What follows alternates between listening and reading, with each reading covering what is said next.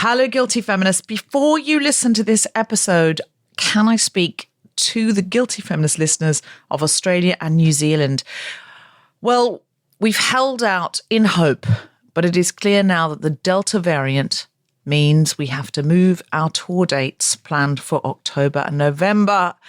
I'm so upset because I was so excited to come and see you. Also, I haven't seen my mum for nearly 2 years now. And so I was just desperately hoping. It looked so good when we booked it in. You were all open. I could see my friends at festivals and in theatres.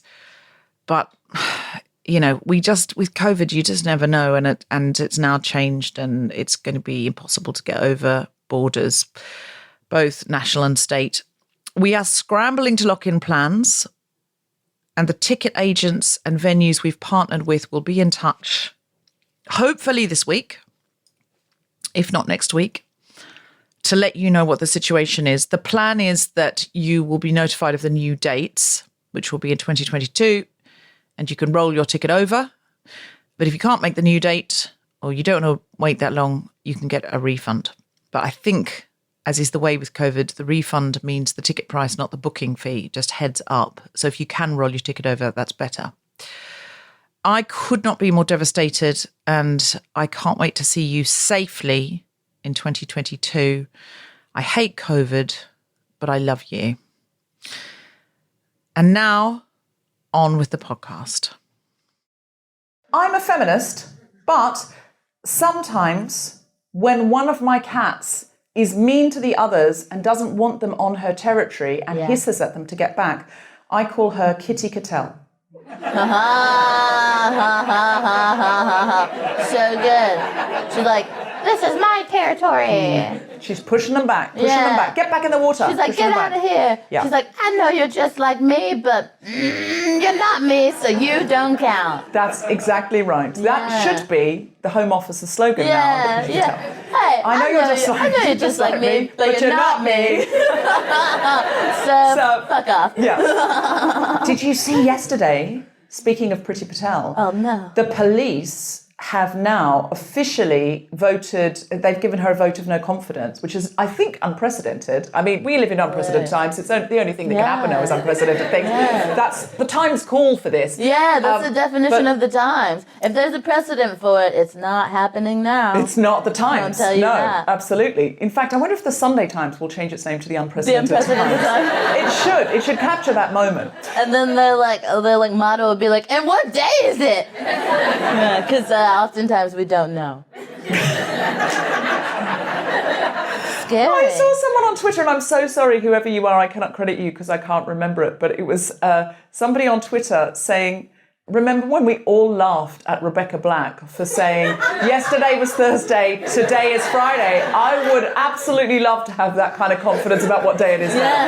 Yeah, 100%. 100%. Oh. Yeah, anyway, the police have said no confidence in their boss, Priti Patel. So I don't know how long she is for this, mortal politics. So I hope she goes, because then she won't be able to pass she's already set the bill up. Maybe it will pass anyway, I don't know. We might talk about that later or on another less funny show. To be honest, we're going for the real chill out lols today. I know that normally, keep it fun and silly. Yeah, I know that normally we humanity is we're not hilarious. We're don't bring it down. It's going really well. Okay, great. I mean, systematic inequality. Racism. Violence. Dude, I thought that we could address, that was me trying to address the issues and bring it up at the same time. I thought you laughed through it. Successful. Yeah, or maybe you see it saying like a zany voice. Poverty! No? Okay. I think you're doing whatever you're doing very well. Yeah. I'm not sure what that is. Poverty! Just bring in awareness by saying the names of things. Well, that is sort of the whole awareness trap, though. You know, when they sometimes I ask people what they want and they go awareness, and I'm like, But awareness without action leads to depression. Yeah. I don't want to know if I can't Now we help. just know. I just don't want to be lying awake in bed thinking about that if there's nothing I can do. Oh, gosh. I mean, the ocean's on fire. What are you going to do? Look at the pictures and be aware. Yeah, I don't want to be aware of things I can't help with. I really don't. I'm not wrong about that. It causes depression. I agree. It's like anxiety without action. I'm a feminist. But when I was on the tube, there were giant swarms. A murder. That's what you call it. Is that like a murder of geese? Crows. Murder of crows. There was a murder of white men. And a gaggle. There was a murder of white men, and they were maskless. And I feel like the feminist thing to do would be to be like, hey, there could be vulnerable people here, and I mean, I just try to educate them. But I wanted to do homicide, and I feel like that's not nice. I'm a feminist, but on the way here I killed a man. Yeah, I'm a feminist, but now I got a couple bodies on me, and I'm running from the law. Okay, well, lock the doors. And if any of the police come, say, we also don't have any faith in Priti Patel. And Kemah Bob's not here, we've never heard of her. Yeah, not at all. I'm a feminist, but the dropped crotch is my new best friend. Yes, love a dropped crotch. I didn't know about the dropped crotch. Why have people been keeping the drop crotch from me for so long? 100%. Okay, I bought this jumpsuit in Margate. Yeah. I'll tell you what happened in Margate. The Gate of the Sea? Yes, that's right. Oh, I'd never thought of that before. Is it like Mergate? The thing about me is there are a lot of things that I don't know, and the things that I do know, they come up at the weirdest times. I'm impressed by that because I had not thought about the way that word works, but there you go. I was on an arty weekend in Margate.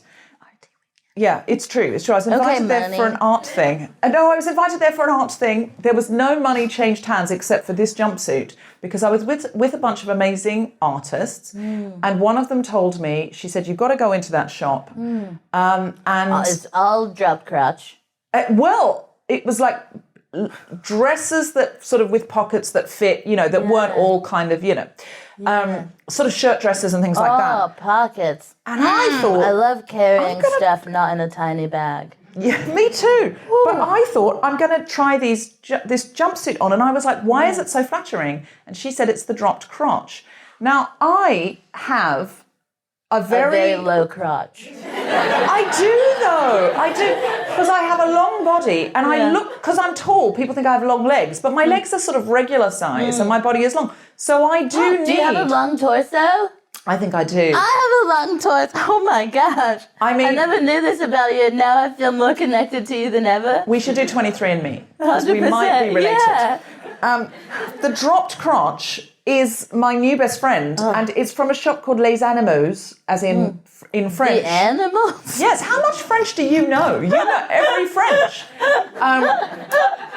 And so I made friends with a lady. That was a wild guess. I'm so happy. I posted a picture of this when I went to the British Podcast Awards, and it was like 600 people clicked through from my Instagram to Les Animaux. And what we discovered is my demographic is women who want a dropped crotched boiler suit. 100%. We found it out. It was like I put things up all the time, and they get a certain amount of traffic. But the dropped crotch boiler suit, my God. Well, it's frustrating because as a fellow long torso individual... Long torso, yeah. Who else has got a long torso? Just by a cheer? Yeah, it's really important. Cheer if you have a long torso. I see you. Representation matters. As women of torso... As women of lengthy torso... Yes. It's so frustrating to me when I put something on and it's just like... And it's just like, get out of my vag. Yes. My whole life, things have been up my all bum. Up in there, yeah. That's right. Honestly. Maybe that's why we're bottoms. I think so. So good. Practice. Yeah, it's important. I just need to rant a little bit about Has anyone tried to buy panties from Rihanna's panty collection? Yes. Yeah? Savage, it's called. Someone said in the you audience. said the word crotch, and it's just sent me on one. Okay, I'm going to pour some water while you talk about the crotch. Right? I'm a feminist, and I respect Rihanna's right to entrepreneurship, but I am outraged by the amount of crotchless panties on that website. It makes no sense. Do you know what I'm talking about? What's the point of crotchless panties? Like, it makes no sense. When I'm looking for underwear, one of the main things I'm fucking looking for is a crotch coverage. And you go on her website, at 80 to 90% of the... Oh, it pisses me off because I have a subscription, yeah? And I'm bad with admin, so I always forget to skip. Has anyone experienced this? Let me just tell you, I have way too much credit for Rihanna's panties right now. Like, I could use the money that I now have indebted to Rihanna. I could use it. I could use it back. And now I have to get hundreds of dollars of panties, and there aren't enough crotch ones for me to fill my fucking basket. I kid you not. It's so crotchless. It makes no sense. Who's fucking that much? Who is fucking that much? What is happening? Listen, some people are clearly getting their basket filled more often. Oh my gosh. Oh, and you know how in most places, like the cat, Deborah, one of the categories that you can select to, like, one of the filters is on the reg, as in on the regular. And if you check that, it's just all the crotchless ones. And you'll see a design that you really like, you go, oh, that print would look nice on my ass. No crotch! No crotch! But can I just ask a question about the crotchless underwear?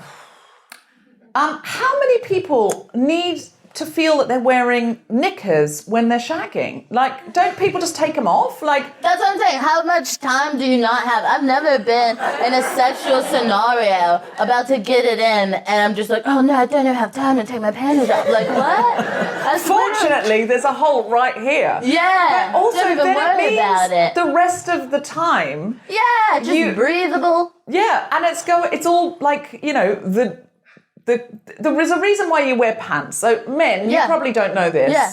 But there's a reason women wear pants. Yeah. You wear pants. I don't know why men wear pants, honestly. It's so the balls don't hit the legs. Is it? Okay, all right. So you have your reasons. I've done some research, and basically, if they just let stuff dangle, then it's in danger, so you have to keep it close. Okay. So ow, ow, ow. You could walk around and you could like, ow! I hit my dick on that chair. And so because of the dangle, so if you hold it close to, like, you got the cards close to your chest, you got to keep your balls close to your body. Okay, I get it now. Thank you. I'm learning a lot. So cisgendered men, you wear pants for that reason, but sometimes we wear pants because if I don't wear pants under my yoga pants. Yeah. Because then you get the VPL and blah, blah, blah, blah, blah. Trouble. Well, no, because I personally just have a juicy vagina. Are you advertising a WAP? Yeah, I have. It's true. It's true. I have a wet ass pussy. There are also some hoes in this house. Just give us a cheer if you're some hoes in this house. There's some hoes in this house. You are correct, Kemah. There were some hoes in this house. Indeed. That's just, it's very upsetting to me. I hear that. I think you're right. I just think it's so impractical because for the 5 seconds you might want to be like, look, there's a hole. That cannot be a people's every freaking day experience. How many sneaky fingerings are happening? Apparently a lot. That's my only thing that it could be, you know what I mean? Everyone close their eyes. Yeah. And then just go, if you own crotchless knickers. No one will know it's you because everyone's got their eyes closed. You've got to close your eyes. That's how sound works. You're not closing your eyes. You can't be looking at people. Otherwise, no one's going to trust. This is a trust exercise. I'll close my eyes too. Okay, just go, if you own crotchless knickers. Okay, turn up. That's very exciting. Okay. If you crotchless lovers want to use some of my Rihanna credit...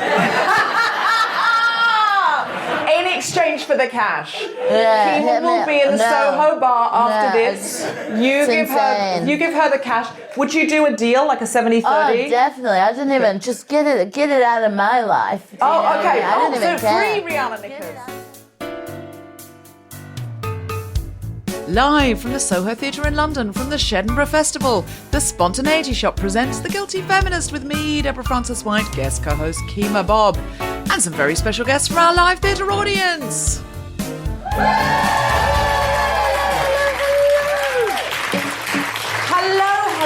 Hello. I'm so happy you've come out, because we're only allowed 80% capacity, so we're sold out. No, when I say sold out in a post-pandemic world, you need to clap. That's the sound. You need to, okay, pretend you're a performer who's been inside for 18 months and you're not sure anyone can remember who you are. You don't know what your job is anymore. And you cry every day because you're not allowed to do that job except on a Zoom call, which isn't your job. It's not your job to have a Zoom call and hope some people stay on the Zoom. That's your job. That's not my job. That's your job. And I just feel like when people say, can you do stand-up via Zoom? I'm like, no, it's not stand-up though. You're sitting down talking, or just on a fucking conference call where you can be seen and it's really obvious that you've been crying. So I want you to imagine that now. That's your life for the last 18 months. The show's sold out!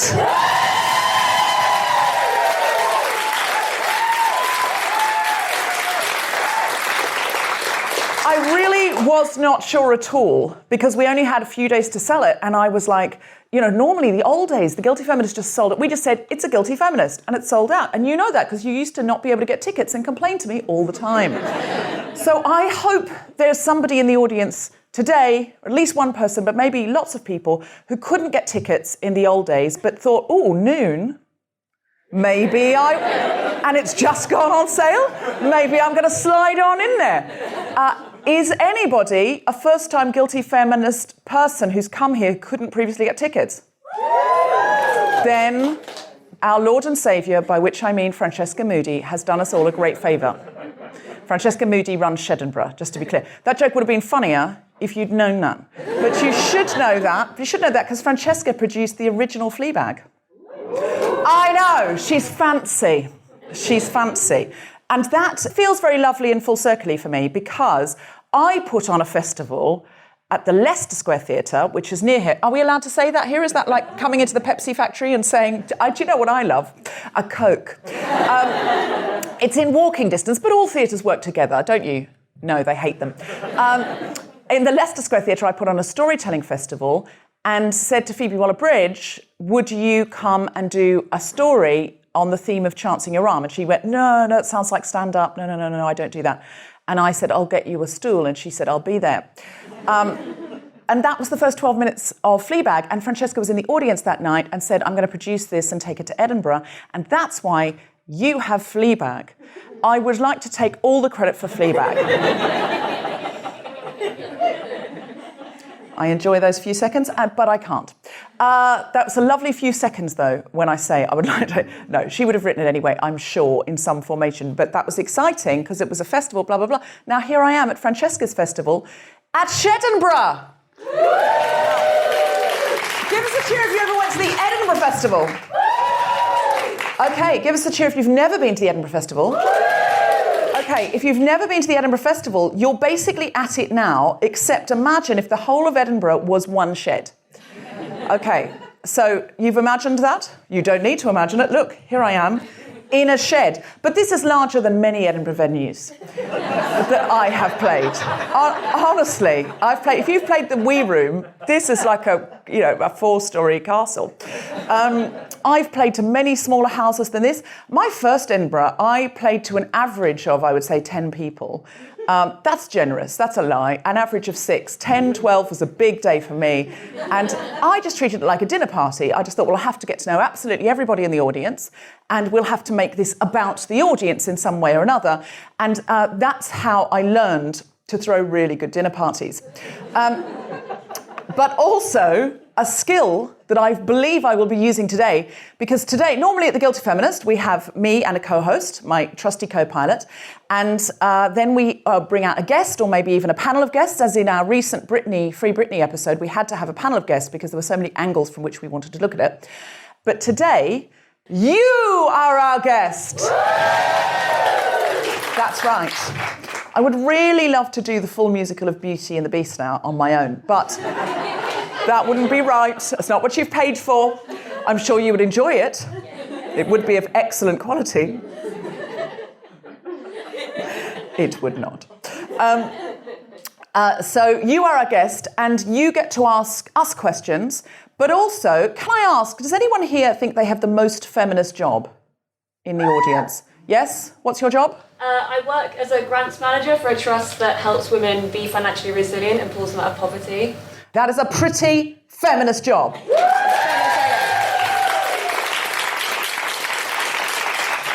Does anyone think they can top that or slightly bottom it? It's very early for those kind of jokes, isn't it? Doesn't stop me. Doesn't stop me. I'm not frightened of an anal sex joke before lunch. No, it's perfect time for anal, in my opinion, right before lunch. It's very tiring later in the day. Now, but first thing in the morning, no. I'm not interested in sex first thing in the morning. I've just woken up. Leave me alone. But I think right before lunch or right after lunch, yeah, those slots are fine, and they're open.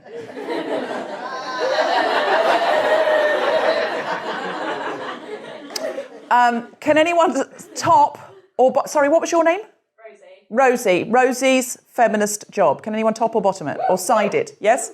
I'm an abortion rights lawyer in the States. Oh, an abortion rights lawyer in the United States! Come on! She knows Rose. She knows Wade. She's right there in the middle, umpiring that. Anybody else? Anybody else?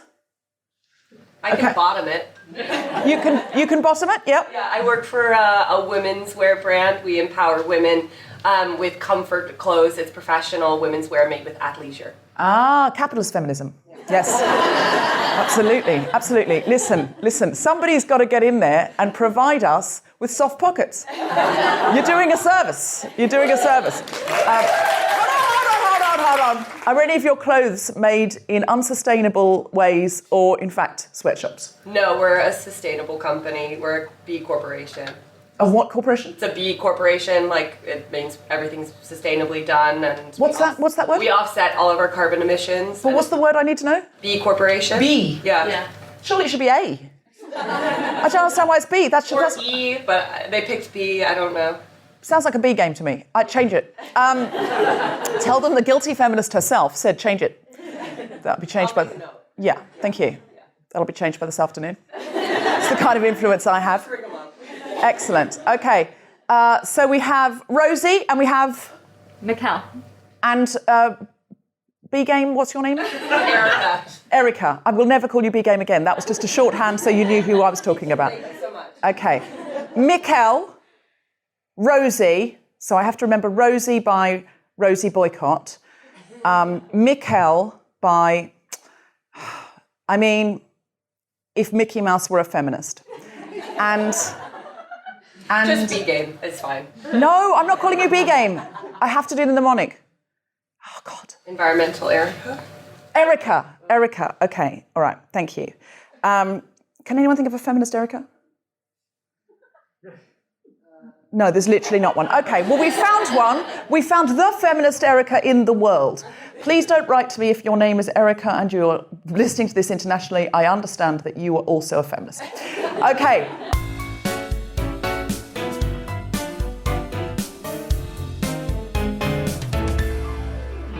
A lot of people are described as the one and the only, and they're not really. They're like a lot of other people. But when I say the one and the only, these adjectives do really meet the expectation of this person. The one, the only, Kemah Bob! Hello! Oh, great! Oh, incredible! Wow, such a great time. All the top and bottom talk has me really excited. I'm so delighted to excite you before Can I lunch. tell you how I identify? Yes, please. I identify as a bottom-leaning switch, which means that I love receiving, but I ain't afraid to give. Yeah. Sort it's of important. like a reverse Santa. Yeah, do you know what I mean? Yeah. Like, give me the presents, but also, like, I'll give you cookies and milk. I am now not clear what you are giving. Because I think a bottom... Well, this is so early. Yeah, it's important to If get anyone's into it. brought underaged people, could you just shout now?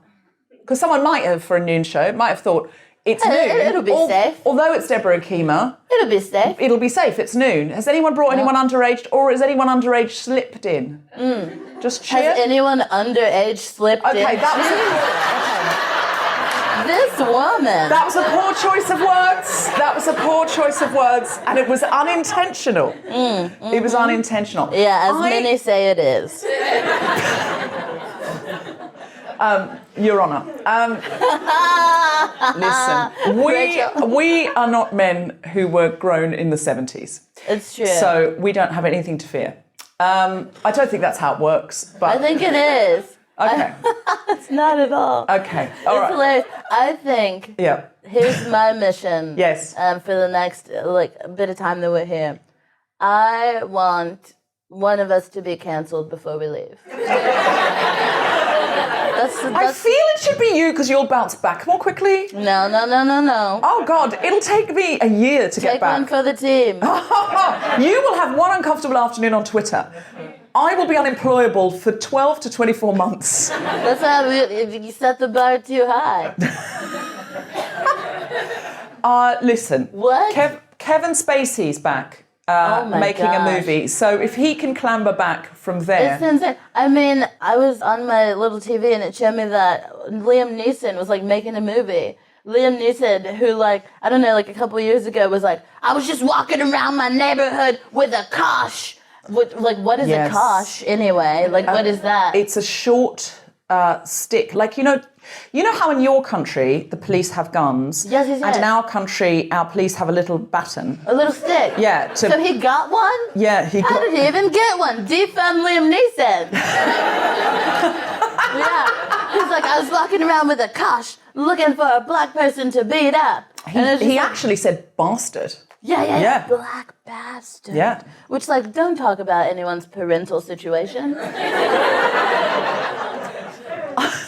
Insane. I think it was more colloquial than that, but he didn't realise what he'd said. He was saying, oh, well, I was racist then, that was a bad thing. But I'm like, no, but you were literally talking about going out to violently attack any random black man because a friend of yours had experienced something with a specific individual. And I'm like, was the victim of violence from a specific individual, I should say. But what are you talking about? And he didn't seem to know. He didn't seem to know what was wrong with it. Don't worry, guys, because I didn't come across anyone. Nobody got beat up, and I'm on TV now, so it's fine. Yeah. Moral of the story is, the thing about cancellation is it's temporary.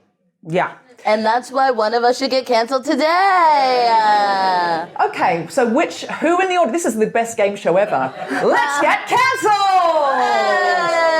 Erica, step right up! And then we spin the wheel of terrible things, and whatever it lands on, that's what you're getting cancelled for. And then we spin another wheel that has a number, and then another wheel that says either minutes, hours, weeks, or months or days. Yes. Yeah. I think that sounds good. That's very fun. We could sell that, but I think the only... Yeah, but I feel like it should only be men we know should already be cancelled. Who are should playing play. the game. Yes. Very exciting. I love it. If anyone out there is wow, I really want to make a great television show that fixes the world, let's get cancelled. Yes, absolutely. If you're a TV producer in the audience, and of course you are because it's Soho, actually, I don't think there are many television producers in Soho on the weekend. Cancelled! Welcome to Let's Get Cancelled. I'm Kemah Bob. I'm here with your co-host, Deborah Frances-White. You have to be the co-host because I'm the lead canceller. It's going to be very exciting. I'm fine with that. So good. You're the lead canceller. Yeah. That's like the High Chancellor. Yeah, the lead or the Witchfinder General. Yes. Burn him. They say it's a witch hunt. It's not. You were pointing here. Were you? It's insane. Isn't it beautiful? It's interesting because there are sheds at the Fringe that you could perform in. You were talking about your average of shows is around, you said around like 10-ish. I mean, in the first year. It got better the next year. My first show, there were 2 people there. It was me and Alison Spittle was being my guest. And it was 2 people, and I was like, I don't know, Alison. I think I'm going to pull it. I want to pull it. And she said, there are people here, and they want to see us, so let's do it.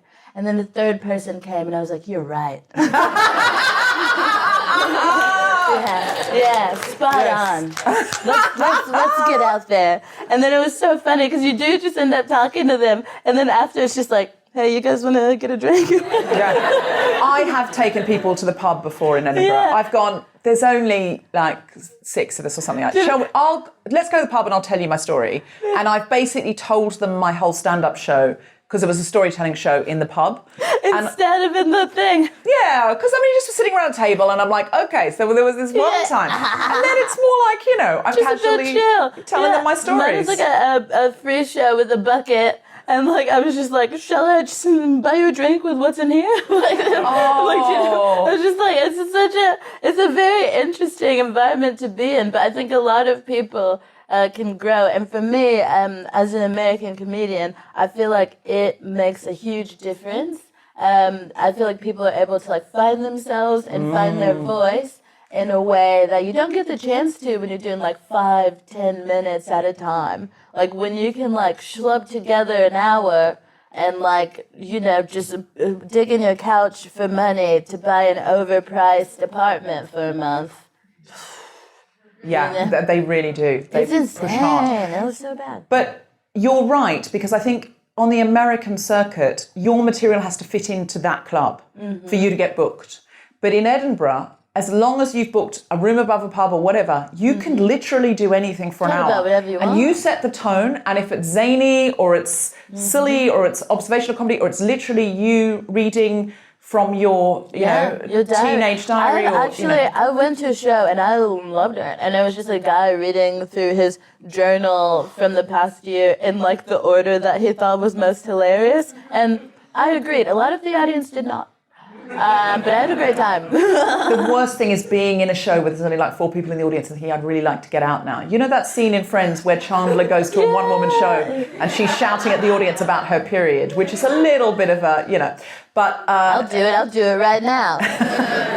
If Matthew Perry walked in and sat down, I would be very tempted. You have to. And that thing of you can't get out because you can't walk out of some poor person's solo show. So then you think, I'm here for an hour now, I'm stuck, and this is really miserable, but there's literally nothing I can do. And you can't look at your phone, and absolutely you mustn't look at your phone, because once I was telling a story about my father who died, and I swear I saw suddenly, and I really almost had a funny turn because I saw a ghost of my father in the audience, and I was like, oh my God. And then I realized it was just a man on his phone, and the green light was lighting up his face, and it was like he'd appeared. It was like something out of Macbeth, honestly. It was terrifying. Incredible. It was So soothing good. and terrifying in equal measure.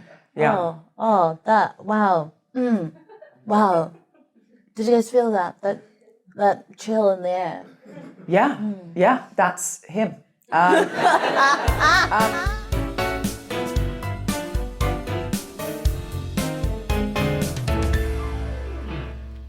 Hello, Guilty Feminist. Just to let you know that I'm on Cameo at the moment for Choose Love.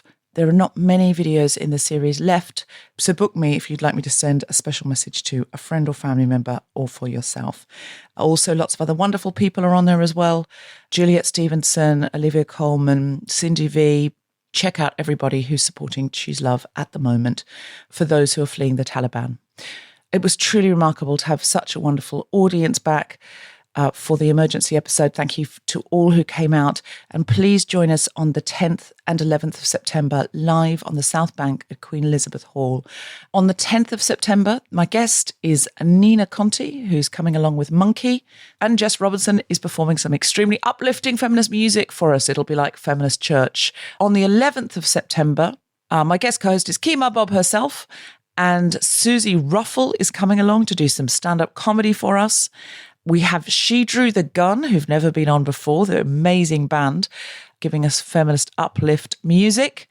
And we also have some very special guests talking about the rights raid and looking at our rights as LGBTQ people, and also the policing bill, border control, and having some important conversations about where we are and what we can do next. I really hope to see you at either or both of those shows. Please come and be with us. God, it's nice to be back in the same room again. It makes so much difference, and I think makes our podcast really the best of what it is. As always, for tickets for our live show, you can find the link at guiltyfeminist.com under live shows. Now back to the podcast. So there's a microphone. If you want to ask us a question, then go to that microphone. Tom will show you where it is. And if you don't, Tom, can you point again? I would be personally so hurt. Because I want to talk to you. Wow, everyone's so shy. No. Oh, I don't have anything to say. I don't like being silent in the dark. Oh. This society. There we go. Okay. That's a brave soul. Yeah. Also, I just want to say, the questions don't have to be good. The answers won't be. Oh my God. Yeah, that's right. Speak for yourself. My answers are going to be No, it was a group diss, I think. Yeah, it was good. It's good because it lowers the expectation. The bar, baby. Yeah. Oh, hello. Hi. There you are, in the light. Hello. Gorgeous. Not that your appearance matters because you're a well-rounded everyone who comes down out of 10? That's really not going to help the situation. You're really my type on paper. If you're listening internationally and you don't watch Love Island, that was an impersonation of the whole of Love Island. Yeah, just all of it. Hi. Can we have a chat? So, my question is, Yes. I have a teenage son who is anti-feminist. What's your name, just so that we know? Zoe. Hey, Zoe. Just so we can shame him. No, just more so we can, Hi. commune. Deborah, Kemah, Zoe. It's true. So he's a teenager, so everything I say is abhorrent to him. But so, for example, we talked about feminism quite a bit in the past, but when I said I was coming here today, I thought a bit of dinner time conversations, normally silence. And he was muttering under his breath, "Oh, bullshit, Mum, that's bullshit." And then he just said, "I think everyone should shut up about this." Even when I talk about, equal pay, big things, I think people should just get on with their lives, and I don't want to hear any more. Yes. The young white man already strong. Younger and younger these days. He gets it. He gets how the world works. And then he confessed that actually he was particularly embarrassed because I'm a feminist butt T-shirt from years ago. I haven't actually worn it for 2 or 3 years. And he says he still gets teased about me having once worn that T-shirt and his friends having seen. So he's up against it with his peers as well. But I know you did a teenage boy workshop. Have you got any advice other than for me to just back off and leave it to his future partners to influence him? Is my sort of strategy now, having been bitten again. Have you got any advice, any sort of pamphlets I could leave around? I'm so sorry, Joey, that, because it sounds like a pain in your ass. And I know you're trying to, help him to be a decent dude out in the world and to save his future partners from having to do it. I'm trying to raise a feminist man, and it's really hard. Yeah. So, we did that episode, Raising Feminist Boys. Do you remember that? And then I went into a school. I think that's what you might be referring to. I find the only thing that works is to ask loads and loads and loads of questions and do it Socratically. Because when you try and tell a teenager, frankly, of any gender, anything, they take an opposing view. So this is what works for me. And it works for me also with dyed-in-the-wool, middle-aged men's rights activists. Oh, my God, she talks to them all the time. I'm like, how do you do it? It's amazing. I seek them out on Guardian Soulmates. and then go and sit opposite them and ask them tons of questions She goes until to they like break. LBC and GB News, and she's like, guys, let's have a chat. It's true. I don't. But this does work. And this is what I did at the school with the boys, is I said to them, what things are unfair for boys and for men? So what things could you not do without people having a go at you? For example, girls can wear one piece of fabric around their legs or two, and either of those things is fine. No one minds. No one's going to stare. You can only wear two. Otherwise, people are going to go, what's that? And it's so arbitrary. And I was asking these boys, what else can't you do? And one of them said, knitting. I couldn't do knitting. If I brought knitting into school, everyone would laugh. And there was one little boy who was younger and shorter than the rest of them, and he was amazing. And he went, no, I could. He said, I'd bring knitting in, everyone say it was cool. And they all looked at him and went, we wouldn't. We would make fun of you. And we would take the piss royally. The boy who said it said, it's just an old Asian lady thing. He was a young South Asian British boy. And he said, it's an old Asian lady thing. And someone else said, I think it's just an old lady thing.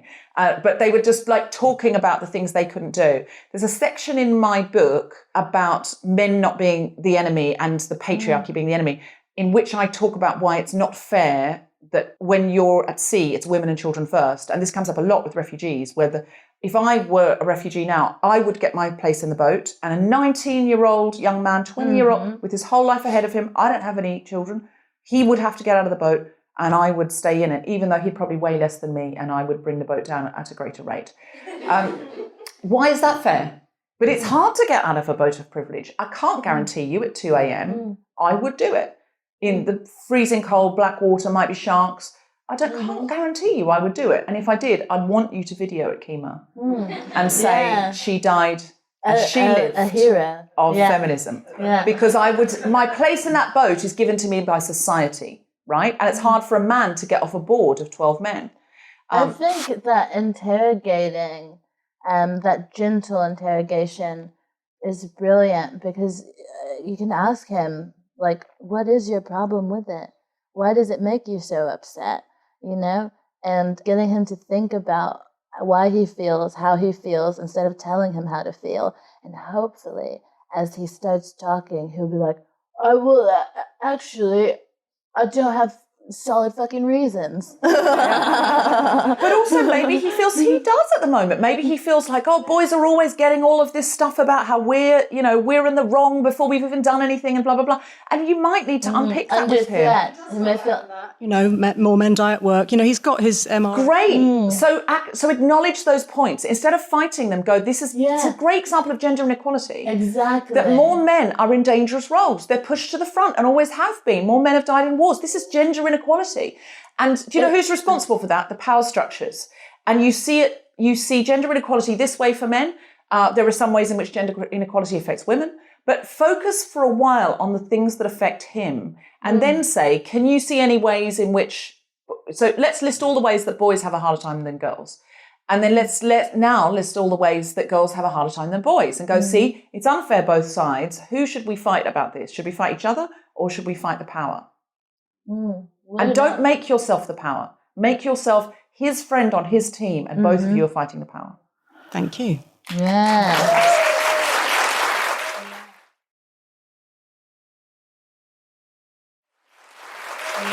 I love doing that. Like when someone is kind of like got their back up about something, and just kind of being like, hey, but like, what upsets you about it? Because I think, telling people how to feel, it doesn't work, but asking them about why they feel how they feel, you get more information that way. Oh, I had a brilliant podcast, Baratunde Thurston, and I have actually had him on the podcast. But in that, he had a guest who said they asked people, this was during Black Lives Matter, the most recent boiling point of last summer, and asking people, what do you most fear if your worldview doesn't come to pass, or this worldview shifts? What's your biggest fear?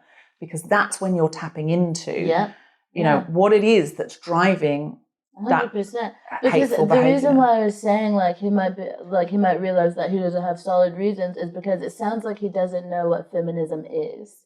Because if he did, then he would know that it's not his enemy. Anyone else got a question? I have a question. Okay. Do you like to party? I do.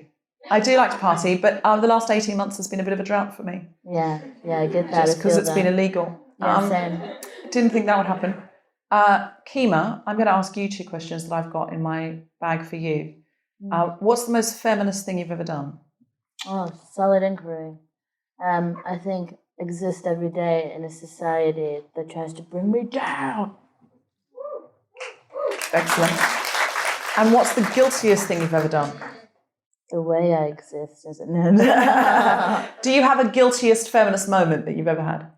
I think I'm going to time travel a little bit. So I grew up in Texas, and it was quite conservative and Christian. And I was never conservative, but I did. I don't know if I've shared this here. No, I don't know if I just fucking share everything. Like the fact that I have a wet ass pussy. But do you know that I had a promise ring? I went through a purity ring ceremony, and I had a ring that said "True Love Waits." And I went through a Handmaid's Tale ass ceremony where my parents signed this thing that were like, "We love that you're not gonna fuck until you're married." What? Yeah, full on. Wow. Super American. Do the purity ring people know that that's They crumbled? don't. I think they know that 90% of the people that go through those ceremonies will probably get fingered with that ring on. Or use that ring to, in fact, finger. 100%, 1,000%. And I remember in this time when I was in this purity haze, that there was a girl at my school who was sexually active. And I just remember the way that I felt about her. It was so uncool. And I wish I would have known then I wish I would have known what she known, which is that sex is fucking awesome. And she had some kind of tendon issue, so she always walked on her tiptoes. And actually, she did inflict something upon me. She had sex with my boyfriend while we were on a break, and I just from then on just called her the tiptoe hoe. So your high school years were less feminist than your later years. I would say. Yeah. I would say. All right. So if we have no more questions, oh, hello. Great. Hey. Hi. Hey, also gorgeous, let me just say. But not that it's important because you're more than your outer appearance. I'm enjoying the setup of you having to comment on everyone's ratings. Yeah. It's not even 1 o'clock yet, I think. Yeah. Tell us, what's your name? Elena. Alina. Hey, Alina. Hello. What's your question, Alina? So my question is, a couple of weeks ago, now that I'm under the spotlight, I've forgotten the name of the minister, but she said it was that women needed to speak up more in healthcare. So it's not the lack of resources, but it's women need to talk more to their GPs about healthcare. Yes. Now, I think as someone with I have polycystic ovarian syndrome, which is a long-term condition, and you can often hit your head against the GPs and the healthcare system, and you have to figure out other ways to get the healthcare you need. So I have 2 questions. One, is that something we could explore in an episode one day, about healthcare, women's healthcare? And then B, if you've got any views or experiences of speaking up in a healthcare setting where you needed help and you weren't accessing it. Because in my view, it's a resource problem. I think the Tories have underfunded the NHS, and ideally we would all go out and get the healthcare we need. But specifically for women, it's a lot harder to be taken seriously. Agreed. Can I share something that Annabelle? So we were doing the Free Britney episode. We had a doctor on the panel, and when we were backstage, she was sharing that there was another person on the panel who was saying that they haven't had their needs addressed and they weren't listened to, and they were often pushed into things that they didn't agree with, but the doctor said was best. And Annabelle was saying that it is a resource problem and that they don't have enough time to really listen to people. They have 10, 15 minutes, and they're so in the mindset that they know what's right and they know what's best. And so I just want to say that I agree with you that it is a resource problem, and it feels like they need more time to be considerate. Like bedside manner and manners kind of go out the window. But yeah. Yeah, no, I agree. And I think our poor stretched GPs and doctors and nurses are chronically underfunded. And we know that especially during COVID. But also there is a long history in the medical profession of not listening to women or thinking women are being hysterical. And that is a historical fact. And a lot of women are not heard. And if they say they've got pain, have you? Or are you just feeling a bit... Yeah, and amongst communities of colour and marginalised folks. Much worse. So yes, I think over our healthcare episodes that we've done, we have explored this a few times, but something about, women specifically. It's so funny being like, I think you need to speak up because they love listening, and so maybe you're just not talking. Like, way to gaslight a gender and a nation. Incredible. Yeah, it's like, I am talking, but they've shut the door and they're on to the next patient. Yeah. So I'm standing in a hallway going, and also, I do think maybe the polycystic ovaries are having a turn. No, you're still, okay, yep, okay. No, next time. All right, thank you. Yeah, absolutely. Thank you so much, and we will take that on board and think about more ways that we can explore this during the podcast. Yeah, that's so... Wow.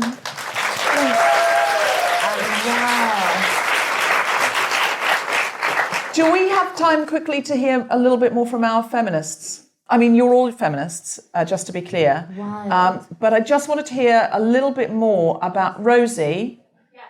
Your...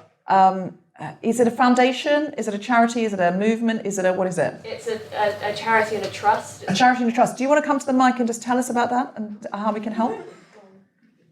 Big round of applause for Rosie!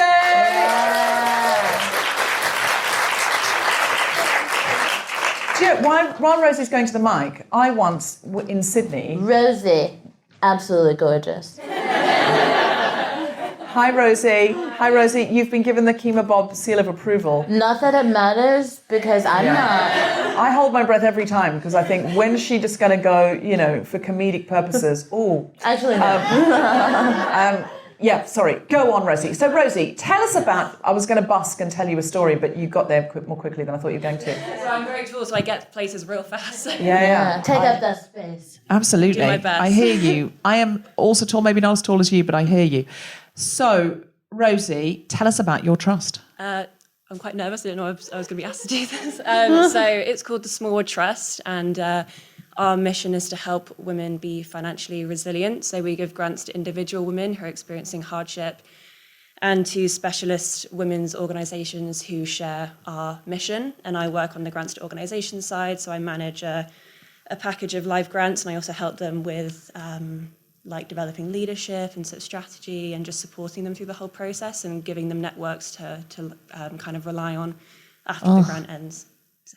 Great. And do you need funds? No, we give away funds. You don't need funds, you give away funds. Yeah, so who can apply for this money? Any woman over the age of 18 in the UK. It's smallwoodtrust.org.uk. An individual woman can just apply to the Smallwood Trust and say, hey, I'm in poverty.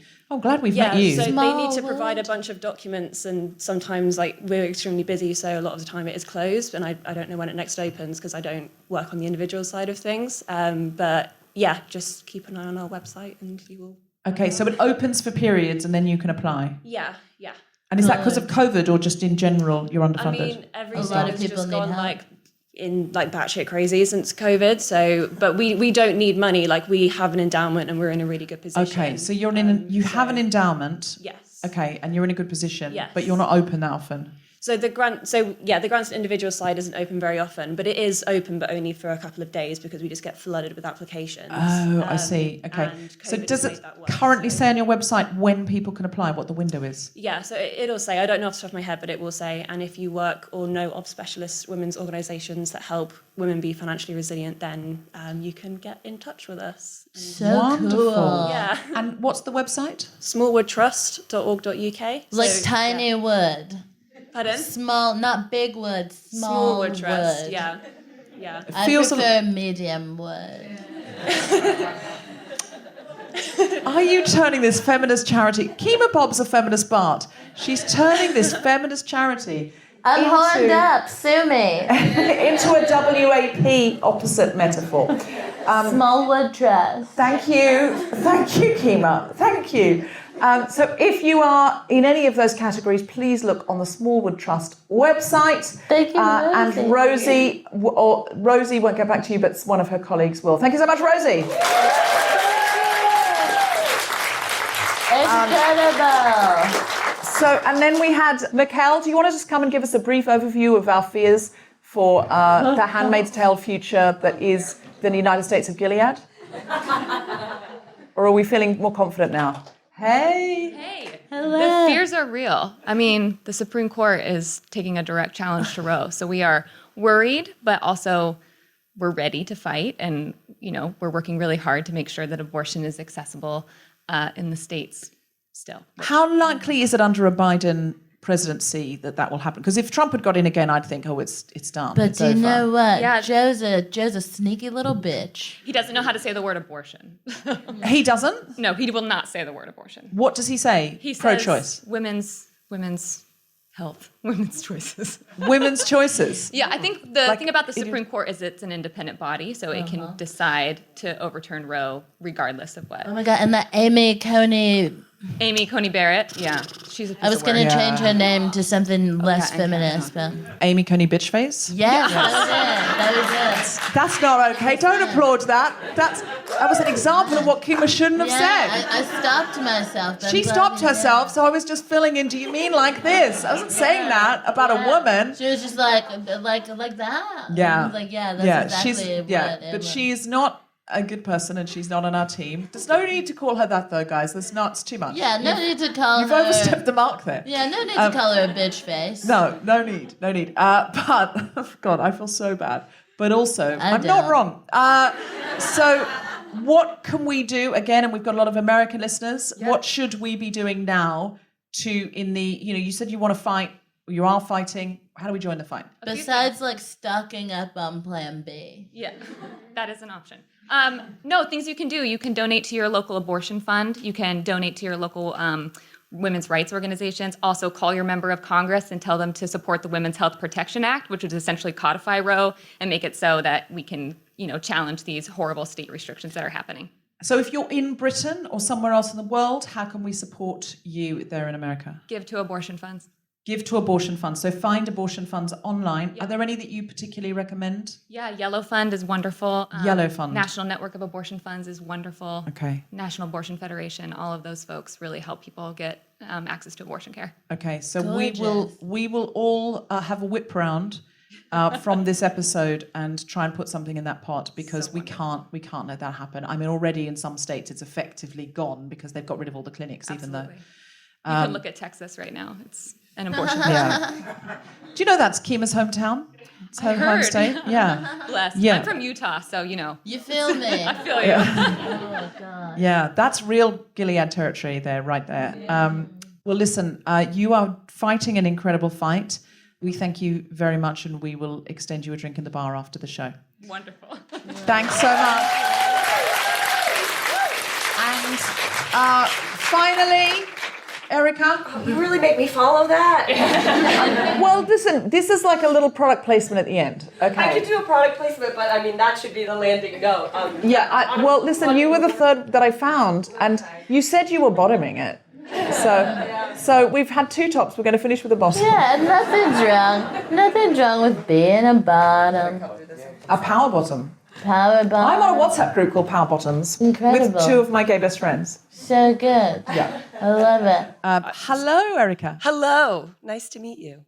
So I work for a company. It's called Die. Erica, first of all, let me just say. Yeah. Oh, God. Absolutely gorgeous. Thank you. Wow. The I'm Kemah blown Bob away. seal of approval. Blown away. Thank you so much. But it's what inside that counts. Exactly. In my opinion, shit.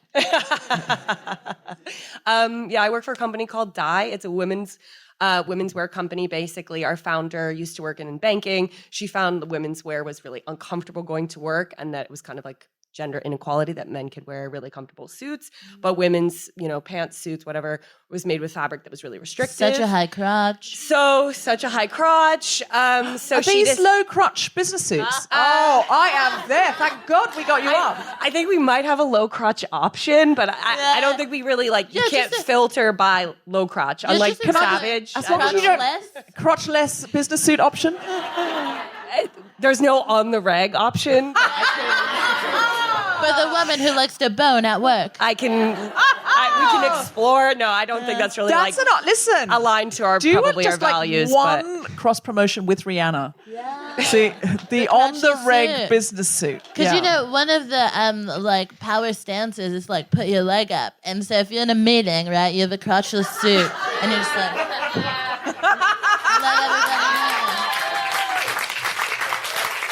I'll take note. Yeah. That is a power move. I think it really doubles the power of the power move. Yeah. If the person you're negotiating really with shifts goes, that power dynamic. Then but you'd have to have the Rihannas on underneath on the reg. Yeah. Oh, you have to go 100% with it. You can't just lean in 50%. You can't be crotchless with a crotch. Exactly. You got to go fully crotchless. Okay. I think what about a Guilty Feminist business suit that we design with you, and the proceeds go to Yellow Fund? Yeah, the Yellow Fund. Okay. We do one suit together. Sure. It's called On the Reg. Has to be crotchless. It's got I think it should be a crotchless option. Maybe a button crotch. I just feel like it might be just a little easy access, maybe like a snap. I want to sell a lot of them. Also, if you're a business person, right, you got a lot going on. You're like, farms, other kinds of paper. And then that's how it happens in those buildings. And you've had a job. I can tell. You're like, computer, and stuff. This is what comedians think jobs are, by the way. That farm. And you're a busy business lady, and you need to take a tinkle, but you don't have time to take your pants off. You're too busy for that. You don't have time to take your pants off. You don't have time to sit down. If anything, you just want to kind of spread that and be able to... Okay, for festivals, actually, I will say a dropped crotch jumpsuit at a festival, whether you have to queue up for an hour for some disgusting We're just trying to pitch you stuff. Yeah. I'm taking active notes. Yeah, absolutely. Yeah. We think we should do one Guilty Feminist crossover suit with you called On the Reg. Maybe it shouldn't have a full open crotch. Just the option of that. A dropped crotch with maybe a zip option. Yeah. A zipper on your crotch? Yeah. That might be dangerous. That also feels very uncomfortable. You'd sit on the zipper? Yeah, okay. Yeah. But the this zipper is a brainstorm. Goes from the Not all front, the ideas can be gold. It goes from the front all the way, and it ends kind of here.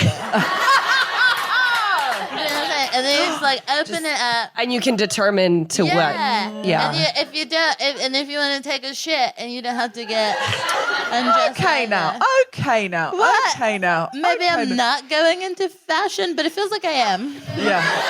Listen, I just don't think any high fashion, classy product includes the word shit. That's what I think.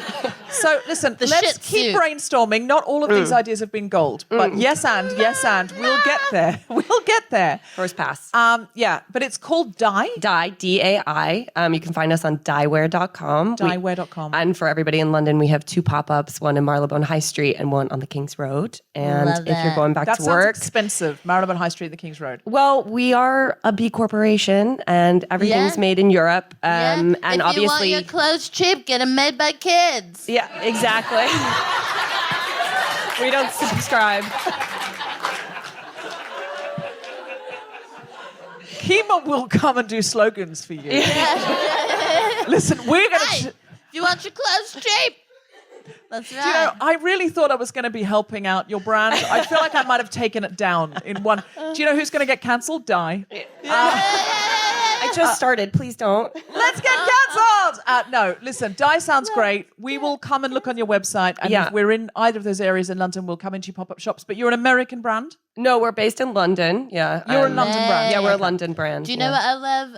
Nationalism. So it's really nice, and I do want to support. This is my nation now, and rule Britannia is what I always say. You've never said that, and it felt nice though. really rose off the colonialism. I don't know. I don't know if you've had a little peek at the news of what's going on at number 10 at the moment, but I would say our slogan should now be Britannia waives the rules. Sassy. I love it. It's just weird about like the... It's not just smart here. Yeah, the High-class Commonwealth. wordplay. Like the phrase Commonwealth is so weird for me because I was like, was wealth common? Did all the wealth come here? Was the wealth widespread? Anyway, die.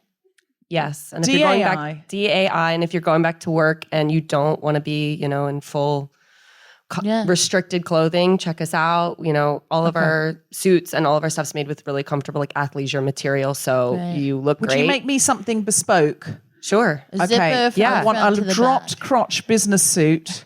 I don't know why I'm committing to this. I don't know if I have that level of authority. But on the lapel, I want it to say "Die, bitch, die."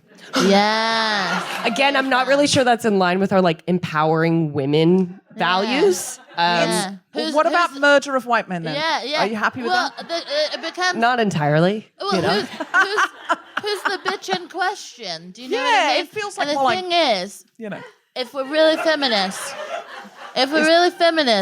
bitches all genders, like bitches. It's a non-gendered. Yeah. That's historically the way I was not so saying it. much. It's Britney bitch. It's that kind of bitch. It's like a, that. Yeah. Dudes be bitches too. I was trying to do this gesture and the audience laughed, so I'm going to do it for you, Kemah. Please correct where I'm getting this wrong. That was very fun. That was an exciting thing for me to witness. Do I want to see it again? No. Okay, fine. All right. Well, I gave it a try, and it's important to try new things. Is it? Oh my God. Okay, thank you so much, Erica. Thank we will all check out Die. Big round of applause for Erica.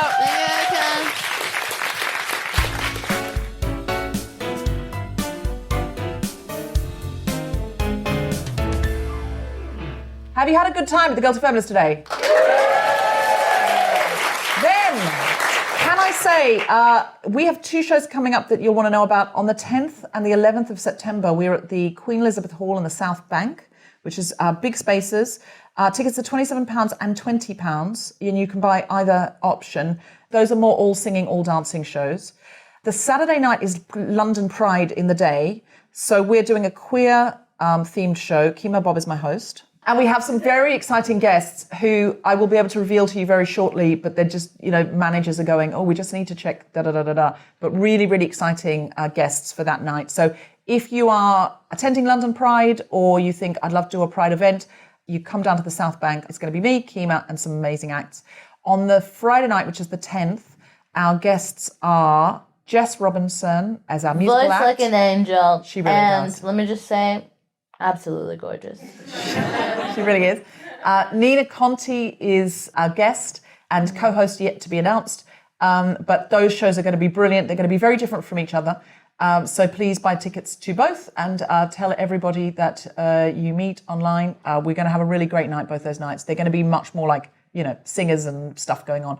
Just rate, review and subscribe to the podcast. It helps other people find it. Give it 5 stars and support Shedinburgh. Kemah, anything you wanted to tell everyone about?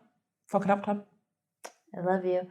Other than the fact that I love you, I run a night called the Femmes of Colour Comedy Club.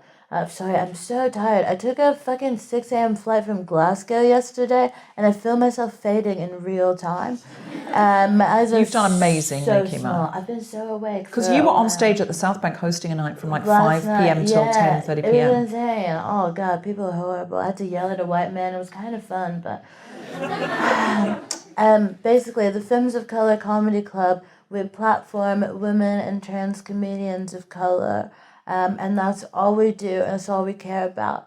And there are no white men on stage ever, no white people on stage ever. She's not allowed. She can't. She comes to the show and says, "Sit down there, down." It's true. I have many times been rugby tackled out of the wings, like get off this. Get out of here! She tries. But white people are allowed in the audience. I think it's important. It's important to clarify. And so if you're seeking out comedy that maybe feels more like you, or if you are, this sentence, it doesn't have an end. But that's Femmes of Colour is an amazing show. It's a glorious what I show. love. And That's my little child. Kemah is nurturing so much incredible talent. My little baby. I love it because we, oftentimes, performers of color don't get to perform together because we're tokenized. So it's like one of us, maybe two of us. So we don't get that fun green room moment that white guys have when they're like, hey, you just told the same joke as me. They're like, I also hate my wife. Do you know what I mean? So we don't get to have this fun moment. And so it's just about creating that atmosphere for the audience as well as the performers. It's lovely. Come be a part of it. It's a good time. Check out Femmes of Colour or Fuck It Up for short. FOC It Up comedy on the internet. If you follow me, then it's in my bio. So you don't have to follow me, but if you can remember how to spell Kemah Bob, then you can find it. Kemah. In fact, don't follow me. I hate it. That's not true. I like it a lot. Thank you so much. Can I just give a big round of applause to everybody today who came, who asked a question or came and told us about their amazing feminist thing? A big round of applause for everyone today who came and communed with us here in the audience and was here at a live Guilty Feminist event. A huge round of applause for all of this incredible staff who's doing this round-the-clock stuff here for Shedinburgh and at Soho Theatre. Say thank you to someone who works at Soho Theatre on the way out. Big round of applause for Francesca Moody. And the people in the camera, the people behind the people at home. Yeah. The people who are watching this on the live stream. Thank you, Kemah. And a huge round of applause for my incredible co-pilot, Kemah Bob! Thank you so much. I've been Deborah Frances-White. We've been the Guilty Feminists. Good night.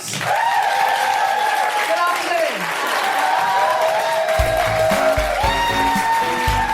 You have been listening to The Guilty Feminist with me, Deborah Frances-White, guest co-host Kemah Bob, and our very special guests from the audience. The Guilty Feminist theme tune was composed by Mark Hodge and produced by Nick Sheldon. The producer was Tom Salinsky for The Spontaneity Shop. Thanks to Francesca Moody and everyone at the Shedinburgh Festival, as well as all at Soho Theatre, and all of you for listening. For more information about this and other episodes, visit guiltyfeminist.com. Tom, how would you feel about... Okay, all right. How would you feel about a crotchless panty? I decline to answer on the basis that it may tend to incriminate me. Great. He's pleading the fifth. That's in British, though. Yes.